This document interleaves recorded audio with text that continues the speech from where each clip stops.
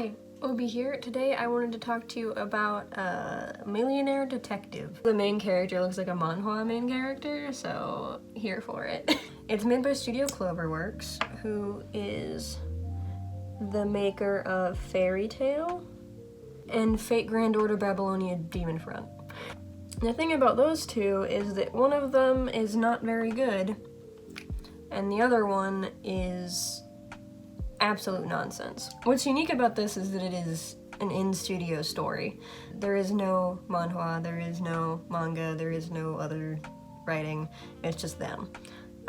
So it's their chance to kind of do whatever they want for their project. What did they end up doing? Well, let's talk about it. The opening scene for the first episode, we learned that our rich boy Kambe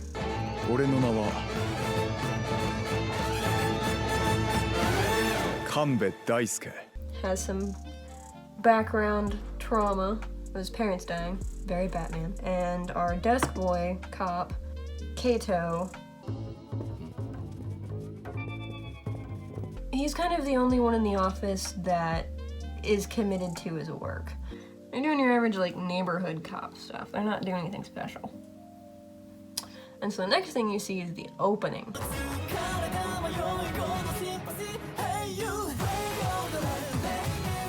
And it threw me so hard. That's whenever I found out that this was a studio original, because I heard the song and I was like, is that K-pop? Is this a manhwa? It just has a K-pop feel of an opening, which, I mean, if it's a studio original, like, go off, I guess. Like, do whatever you want. Be jazzy. Be out there. So Katou, the cop guy, he used to be on, like, the A-team, on, like, the get shit done cop team. And, that changed. Something happened. His old team took it personally that he left and like didn't want to stick around with them. So while we're at this event where we talk about Katou's bad past, we get to see Kambe's entrance. He comes in an overdramatic, very destructive kind of way that honestly, having seen the best entrance in all of television,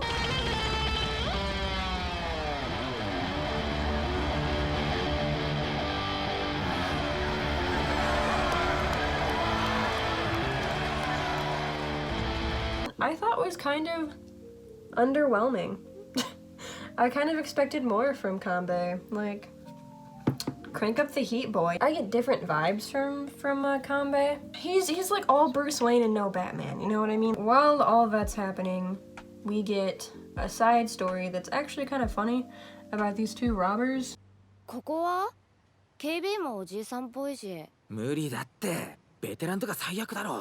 Basically, this dude is in deep with debt, and this girl is like, alright, we'll just rob somebody. But they're kind of incompetent. At one point, it gets serious for like a half a second, and then it's funny again. But it's like a dry humor, almost. Like, it's not funny. The side story is the robbers, and then the undercurrent of the A-Team's plot is that they're after some bombers, right? And so, at the same time that that's happening, the robbers are doing their thing, and then they choose the runaway car as the van where the bombs are. Coincidence? It's anime, you know? It's not that complicated. It can be. Anime can be very fucking complicated, by the way. Kambe's solution to the situation of the robbers driving off with a van full of bombs is to push them off a bridge.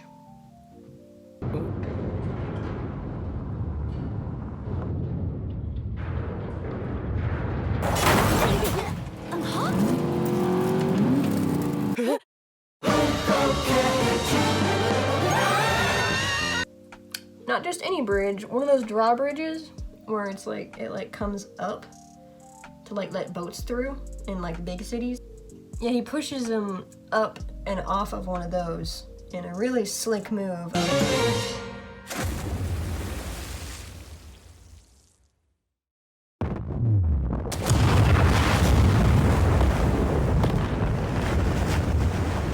Only like a really intense off-roading vehicle could actually pull that off, but you know, it's anime. There is this cold as hell moment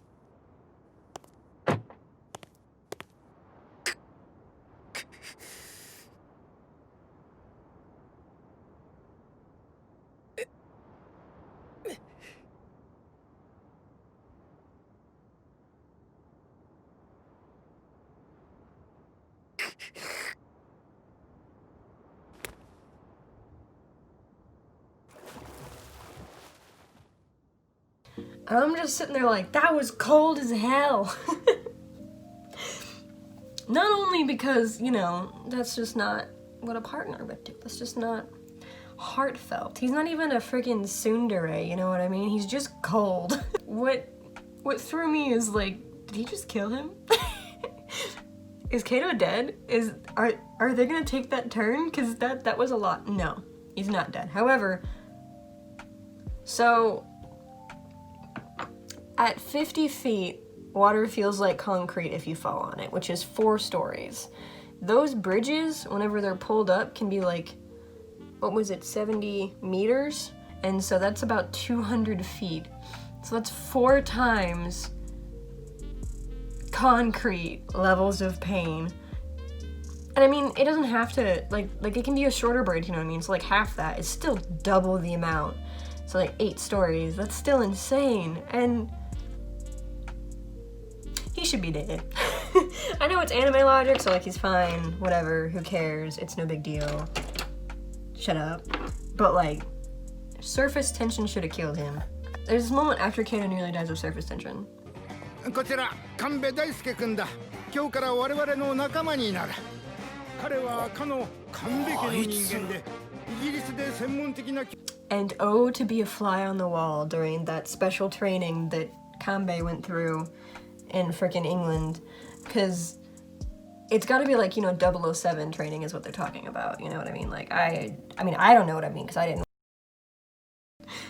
Except he's more incompetent, because he's just a cocky freaking dude who's like, I am the greatest, and money can solve all my problems, because I am a spoiled child with no parents. And you know what? Mood. That's the end of this episode. The thing about this show is it's very episodic. At least in the first 2 episodes. I'm assuming it continues on that way, though.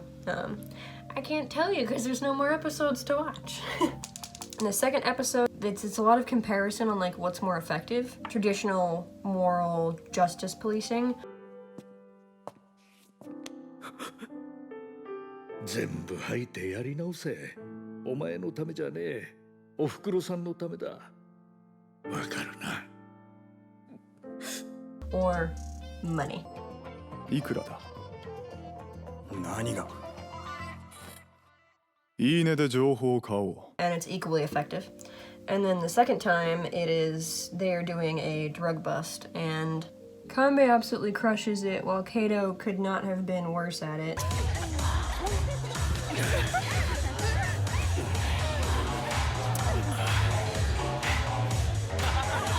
To be fair, Kambe kind of set the whole thing up and was kind of doing it all behind Kato's back because he knew that Kato wouldn't be cool with it. I'm assuming he doesn't have many lines, so we don't really know what he's thinking. Just going with what I feel on that. And then in the second episode, we see Kato and Kambe kind of coming together a little bit. To break it down really quickly, Kato meets this kid on a train, and they kind of talk for a minute, and Kato kind of gauges his personality. And then the kid kind of flies off the handle, and there's a hostage situation, and he's doing a live stream to get money. 怖い？そりゃ怖いよね。でもいい感じだからもうしばらく付き合ってね。はい、今日は新幹線立てこもりを実況中継でお届けしてます。拡散お願いします。 Whenever the situation gets passed off to the A team, they push him out basically and say they're gonna kill this kid in order to let the hostages go. They're just gonna handle it like that. And so he's basically like, I don't think that this kid has actually got his heart in it. Like, he wouldn't actually hurt these people. 車を止めろ。止めろって。あいつはそんなやつじゃない。人を殺すようなやつじゃ。 And so the only person that hears him out on that is Kambe. And Kambe is like, all right, let's handle the situation ourselves. They managed to get this kid not out of the situation, but, you know, he's not gonna be killed. And Kambe promises to pay the sister's hospital bills if he lets the hostages go. And that's really all it took. This show over here reminded me of America. Aside from the main thread about this kid on the train and Kambe and Kato coming together, we have the background of why Kato isn't on the A-team anymore. What happened to make him be demoted, essentially. And what happened was... So, this situation was impactful to Kato because it was another hostage situation which he probably hadn't been in since that time. It's really hard to kind of accept because he's basically suffering from PTSD from shooting somebody, you know? Like, it's not chill. And all the other freaking A-team cops are like making fun of him and telling him he's worthless because he couldn't keep his shit together. It's like, emotional trauma is still trauma, bruh. But yeah, that's the first 3 episodes. I still recommend them, even though I've pretty much broken them down. Because they are, I can't really convey all the dry humor, you know what I mean? The thing about the show is that it's kind of quiet. It's kind of slow in the way that it feels. Even though they're not very long episodes, it still feels kind of slow.